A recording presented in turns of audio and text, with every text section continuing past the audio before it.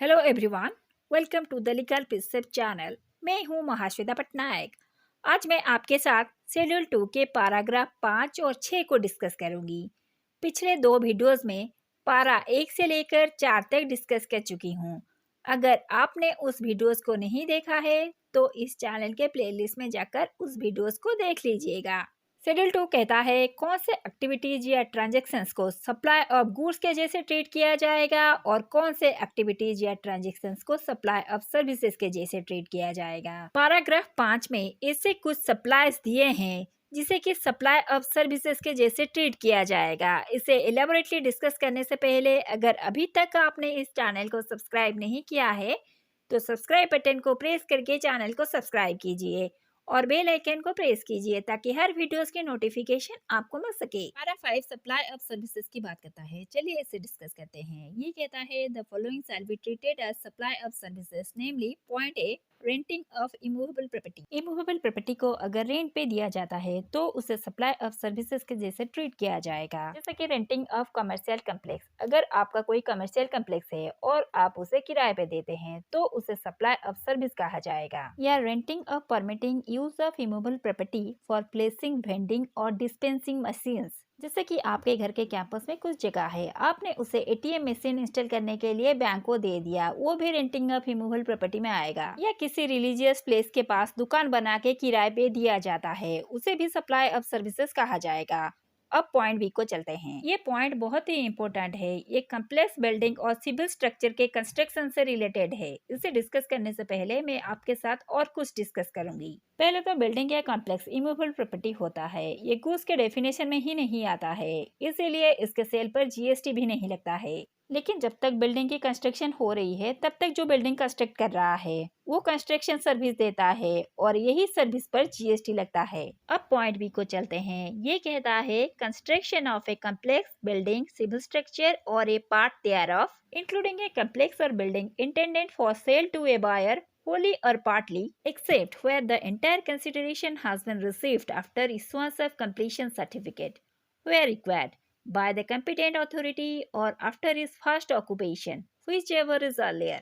ये कहता है कम्प्लेक्स बिल्डिंग या कोई सिविल स्ट्रक्चर का कंस्ट्रक्शन बेचने के लिए हो रहा है, अभी तक कंस्ट्रक्शन कंप्लीट नहीं हुआ है, कंस्ट्रक्शन चल रहा है, इस कंस्ट्रक्शन सर्विसेज पे जीएसटी लगता है। जैसे कि बिल्डर फ्लैट बनाने के लिए कंस्ट्रक्शन शुरू करते ही लोग उसको खरीदने के लिए बुकिंग कर देते हैं। यहाँ पे कंस्ट्रक्शन सिर्फ शुरू ही हुआ है, अभी तक कंप्लीट नहीं हुआ है।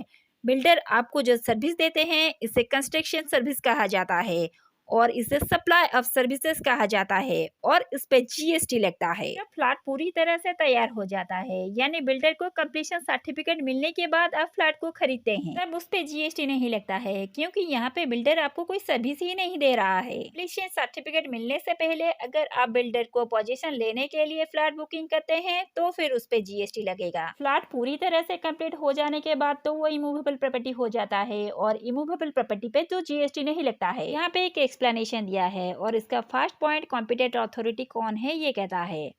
For the purposes of this clause the expression competent authority means the government और any authority authorised to issue completion certificate under any law for the timing in force. यहाँ पे सरकार या और कोई अथॉरिटी जैसे कि रेरा हो गया वो कंप्लीशन सर्टिफिकेट इशू कर सकते हैं, वही कॉम्पिटेंट अथॉरिटी होते हैं। And in case of non requirement of such certificate from such authority from any of the following, namely an architect registered with Council of the Architecture constituted under the Architects Act 1972, or a chartered engineer registered with the Institution of Engineers, or a licensed surveyor of the respective local body of the city और town और village और development और planning authority. जहाँ पे सरकार या कोई authority से कंप्लीशन सर्टिफिकेट इशू करने की जरूरत नहीं होती है, वहाँ पर कोई भी रजिस्टर्ड आर्किटेक्ट जो कि काउंसिल ऑफ आर्किटेक्चर में रजिस्टर्ड हो या कोई भी चार्टर्ड इंजीनियर या कोई भी सर्वेयर जिसे सिटी या टाउन या विलेज या डेवलपमेंट या प्लानिंग अथॉरिटी से लाइसेंस मिला हो, अगर वो सर्टिफाइड कर देते हैं कि कौन से डेट को कंस्ट्रक्शन कंप्लीट हुआ था, वही डेट को ही कंस्ट्रक्शन कंप्लीट हुआ था मान लिया जाएगा।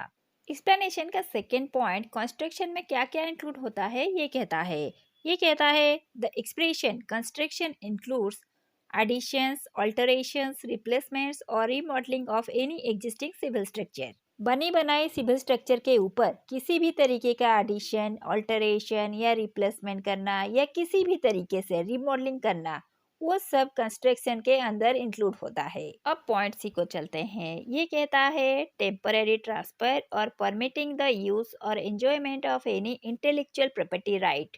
ये कहता है किसी भी इंटेलेक्चुअल प्रॉपर्टी राइट को टेम्पररी पीरियड के लिए यूज करने के लिए ट्रांसफर किया जाता है या उसे एंजॉय करने के लिए परमिशन दिया जाता है, तो इसे सप्लाई ऑफ सर्विसेज कहा जाएगा। सपोज किसी ने टेम्पररी पीरियड के लिए कॉपीराइट या पेटेंट किसी और को दे दिया, इसे सप्लाई ऑफ सर्विसेज कहा जाएगा। अब क्लॉज डी को चलते हैं। ये कहता है अगर किसी के सॉफ्टवेयर को development, design, programming, customization, adaptation, updation, enhancement किया जाता है तो उसे सप्लाई ऑफ सर्विसेज कहा जाएगा। जैसे कि आप किसी के लिए वेबसाइट बना रहे हैं, आप उस पर सर्विस चार्ज लेंगे और उस पर जीएसटी लगेगा और इसे सप्लाई ऑफ सर्विसेज कहा जाएगा। अब क्लॉज ई को चलते हैं। ये कहता है agreeing to the obligation to refrain from an act or to tolerate an act or a situation or to do an act.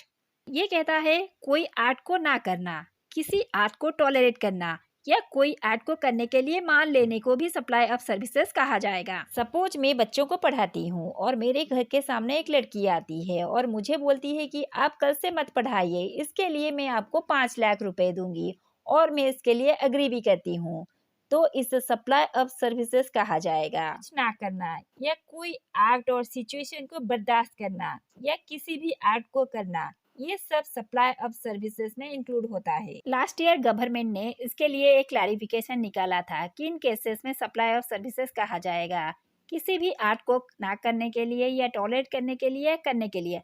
अगर एग्रीमेंट किया जाए तब जाकर इसे सप्लाई ऑफ सर्विसेज कहा जाएगा।